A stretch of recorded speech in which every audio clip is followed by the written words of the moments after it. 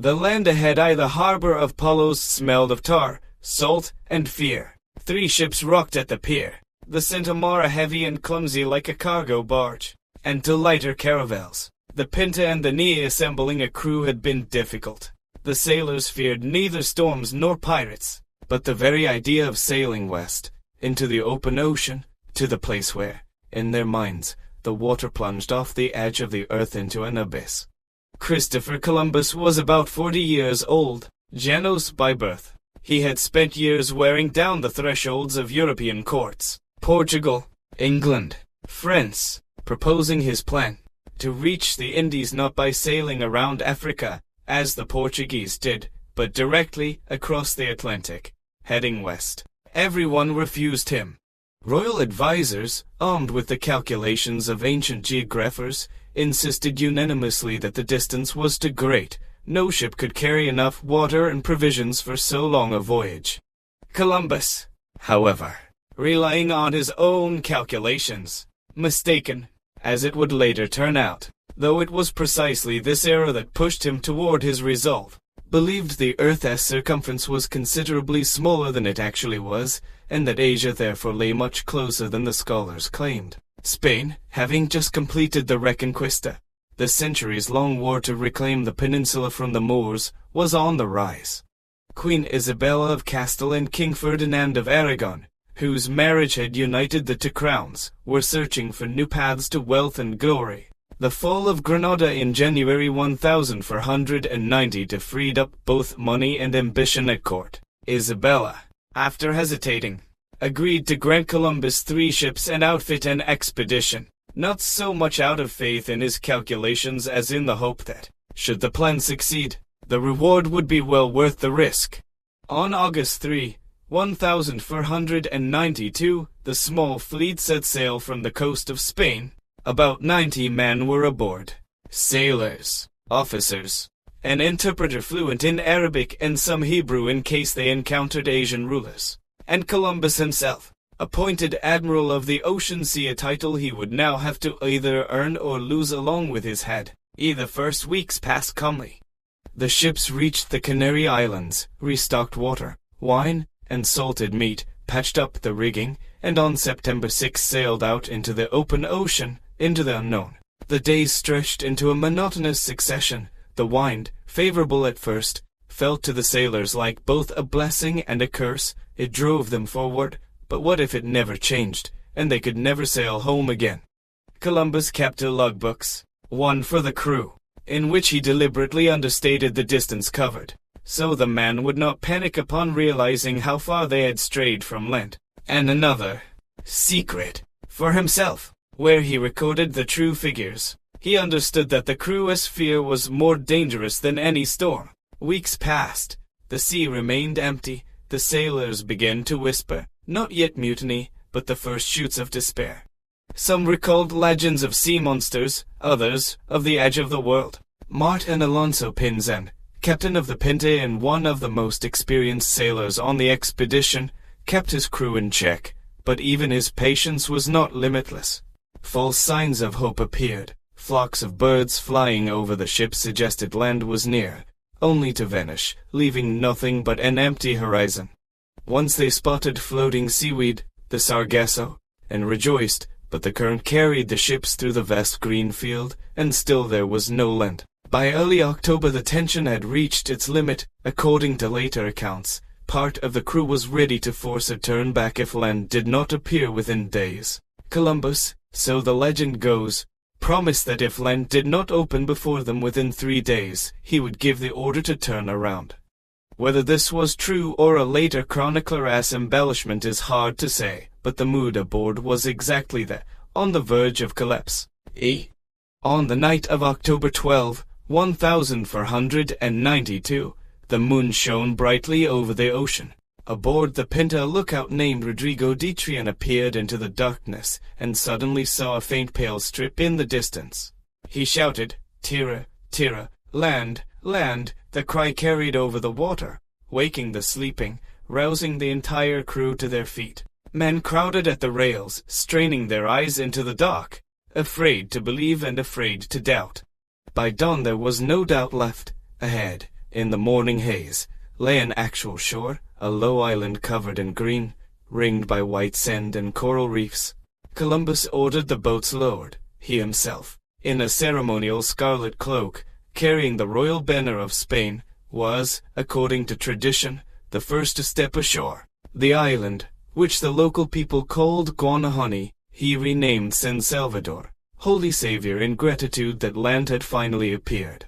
On the shore they were met by people of the Tano, the local inhabitants of the Caribbean islands. They gazed in astonishment at the strangers in their heavy garments, who had come off enormous, unimaginable ships. In his journal, Columbus noted their friendliness, the simplicity of their customs, the absence of weapons in the sense Europeans understood it, and almost immediately began calculating how these lands and these people might be turned to the advantage of the Spanish crown.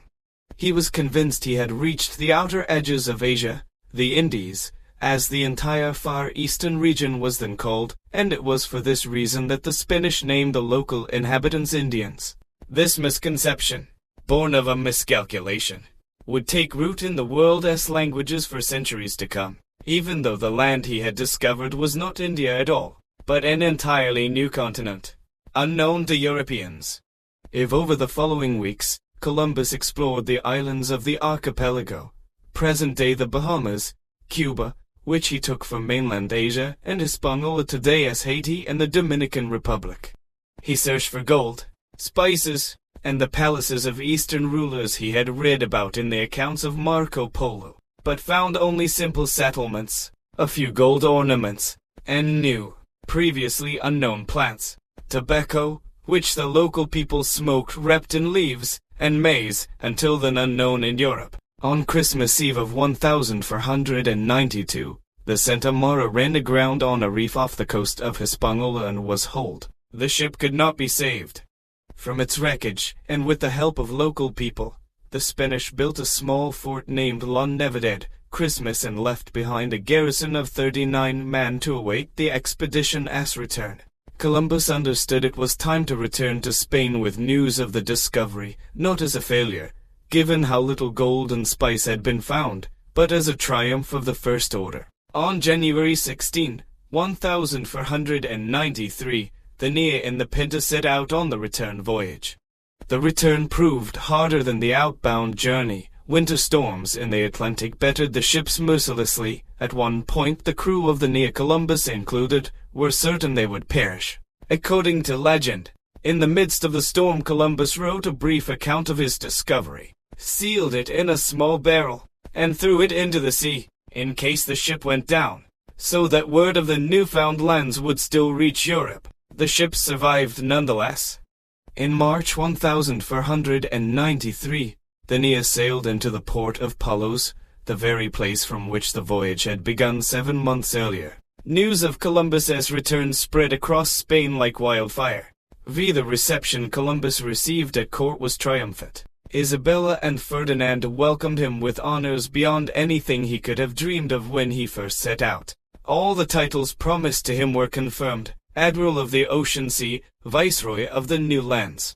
The objects he brought back: several Tano people taken from the islands, exotic plants, a modest amount of gold, served as living proof that new lands truly lay across the ocean. Yet what appeared to be an absolute triumph carried within it the seeds of a future tragedy, one whose scale no one could then foresee. Columbus's discovery marked the beginning of an era later called the Columbian Exchange. A flow of plants, animals, and technologies surged between the old world and the new, but alongside them came diseases to which the peoples of the Americas had no immunity. Smallpox, measles, influenza, illnesses familiar to Europeans, devastated entire nations that had no defense against them.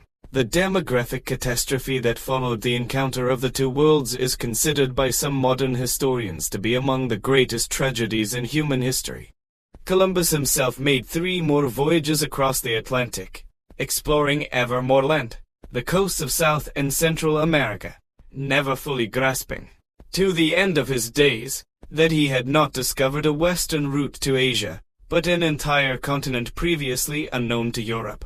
His final years were marked by disappointment, accusations of cruel governance in the colonies, the loss of privileges granted by the crown, and financial hardship.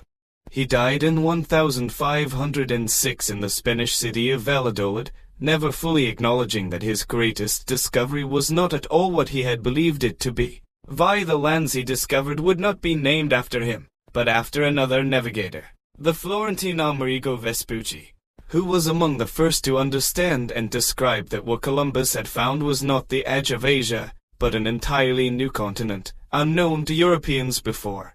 The cartographer Martin Waldseemler, compiling a map of the world in 1507, was the first to label the new lands America in honor of Vespucci.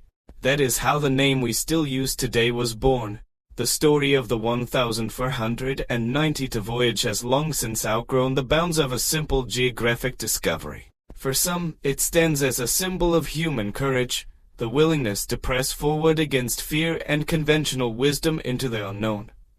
For others, it marks the starting point of a colonial era that brought conquest, enslavement, and death to millions of indigenous people across the Americas. Both sides of this story are true at once. 3 small ships, sailing out of Palos on a summer morning in 1492, truly did change the course of world history. They joined to hemispheres that had until then existed apart, but that meeting carried within it not only the discovery of something new, but the destruction of an old world that had existed on those shores long before white sails ever appeared on the horizon. Rodrigo de Triana, the very sailor who first spotted the strip of land in the night and cried terror, never received, according to legend, the reward he had been promised, a cash prize for the first sighting of land. That reward, so the story goes, was claimed by Columbus himself, who declared he had already spotted a light on the horizon the evening before. Whether this is true or a fine old tale, there is no way to know now. But in this small, half-forgotten story of a reward going to the wrong man, there is something piercingly human, and, perhaps, a fitting reflection of the spirit of the age of discovery, an age of glory and ambition, where alongside every feat of heroism walked injustice, and alongside the discovery of a new world came the ruin of an